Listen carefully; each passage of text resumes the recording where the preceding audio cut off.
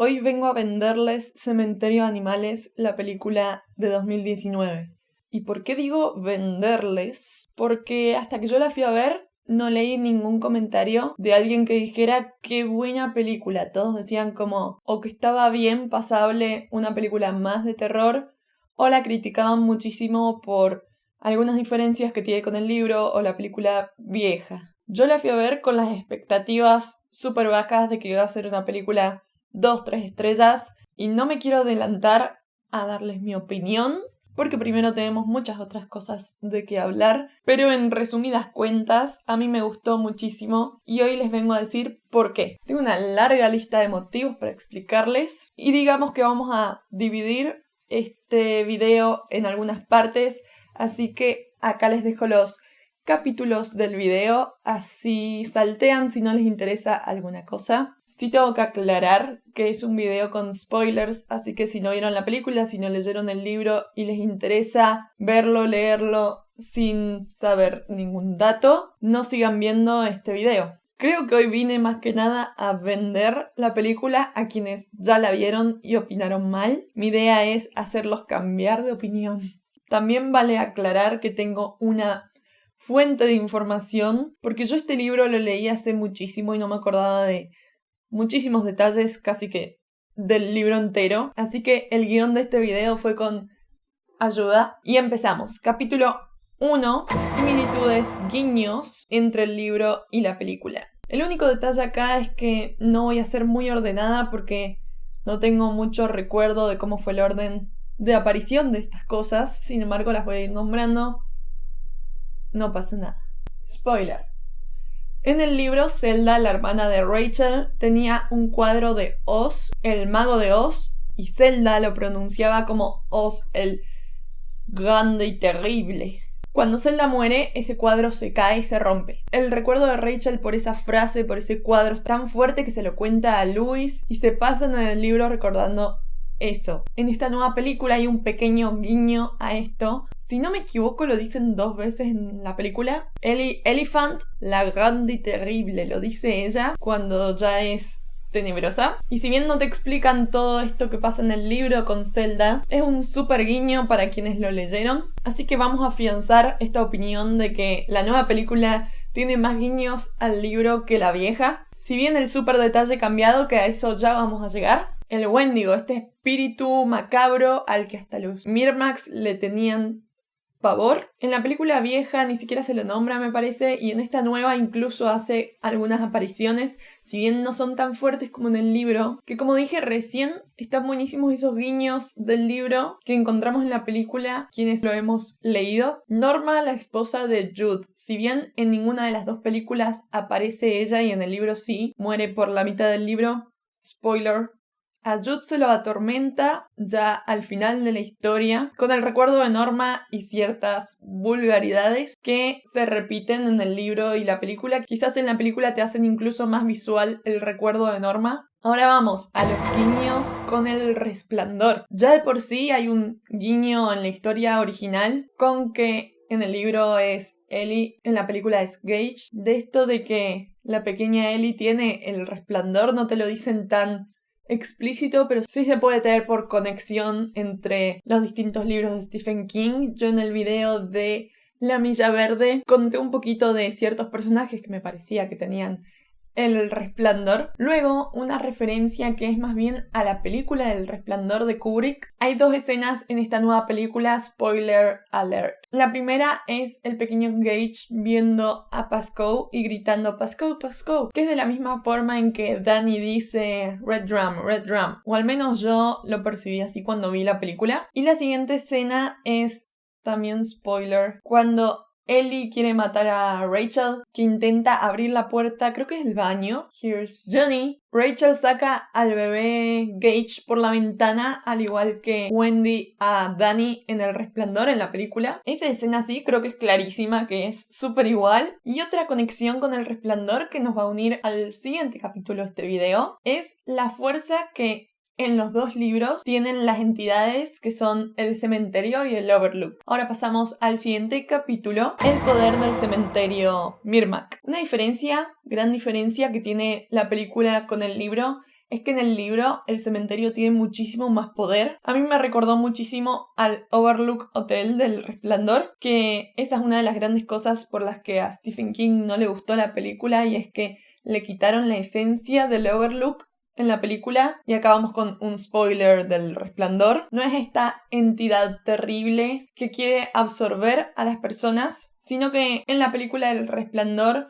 los villanos son los humanos, y en Cementerio de Animales también se puede notar una fuerza atractiva del cementerio que en las películas no queda tan clara. Por ejemplo, en esta nueva película, Louis duerme a Judd para ir a enterrar a su hija al cementerio y demás cosas, mientras que en el libro Judd se da cuenta de los planes de Louis y lo quiere vigilar para que no haga nada, y el cementerio mismo es quien duerme a Judd. Y un segundo ejemplo sería cuando Rachel vuelve a casa, que en el libro es el cementerio quien le hace el camino difícil para que vuelva a casa y llegue justo al momento de su muerte, mientras que en la película simplemente te muestran tráfico que podría ser algo natural de la vida. Y ahora sí, pasemos al capítulo que mucha gente criticó. Pequeñas diferencias entre el libro y la película. Acá lo primero que voy a nombrar va a ser algo que no estamos seguros de si es una diferencia con el libro, una referencia al libro o a la película vieja, porque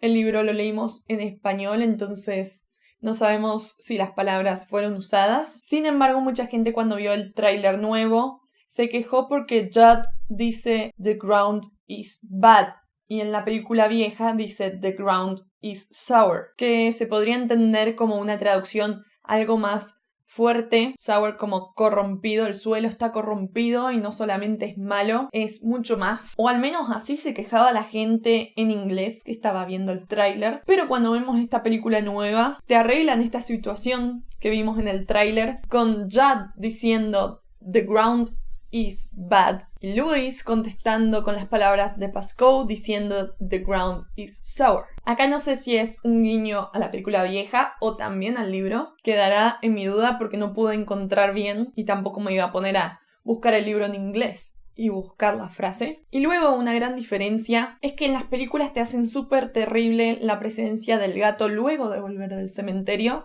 que es un gato malo que araña, que ataca. Y en el libro es más sutil, vuelve como un ente vacío de alma que no ataca, pero aún así es una amenaza. Por ejemplo, hay una escena en el libro en la que Church está en la cuna de Gage y no lo ataca, pero se lo describe como una serpiente en la cama, así de amenazante. Como otros detalles del libro que lo muestran como tan sigiloso como un fantasma aparece de repente sin haber sido escuchado, o la cantidad de animales muertos que trae a la casa. Si bien los gatos hacen eso, en el libro te lo muestran como una amenaza. Y vamos a lo que todos querían, el cambio de roles entre los niños, les niñes. Mucha gente se enojó cuando salió el tráiler y nos mostraron qué niño era el que moría o qué niña era la que moría. Bien, no se entiende muy bien por qué en el tráiler muestran este detalle. Si después en la película te lo hacen dudar tanto, habría estado bueno no saber y en la película sorprenderte, porque vamos a aclarar, a ver, los que ya conocemos la historia, hablemos con spoilers. En el libro muere Gage, en la película es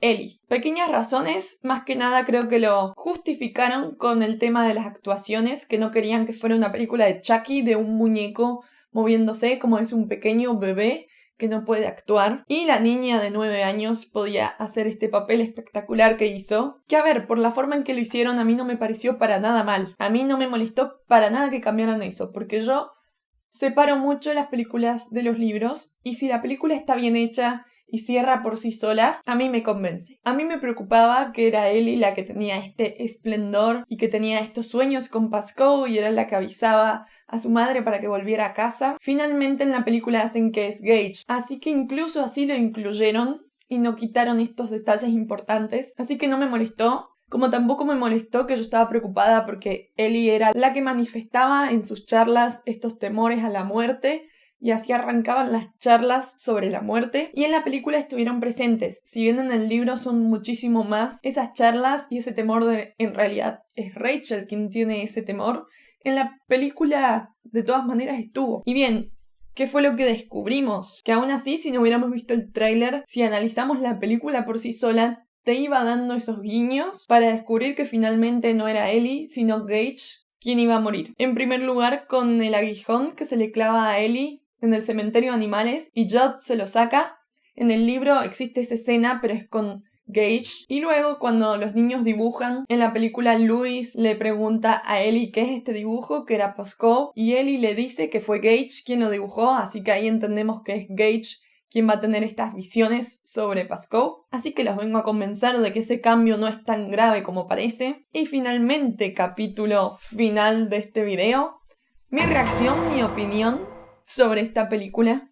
Si no les quedó claro que a mí me gustó, que a mí me convenció, les voy a contar mi reacción en el mismísimo cine. Yo estaba viendo la película, la comencé a ver con una pared entre medio por todas estas críticas que había leído, escuchado, y sin embargo, toda la tensión comenzó en mi cuello. Era algo así como una angustia al principio de la película, que en el momento crucial, creo que si ya llegaron a esta parte del video podemos hablar libremente de spoilers sin anunciarlos. La parte del camión, que en la película te dejan muchísimo tiempo para dudar quién de los dos bebés es el que morirá. Luego de esa escena se me pasó todo el nudo.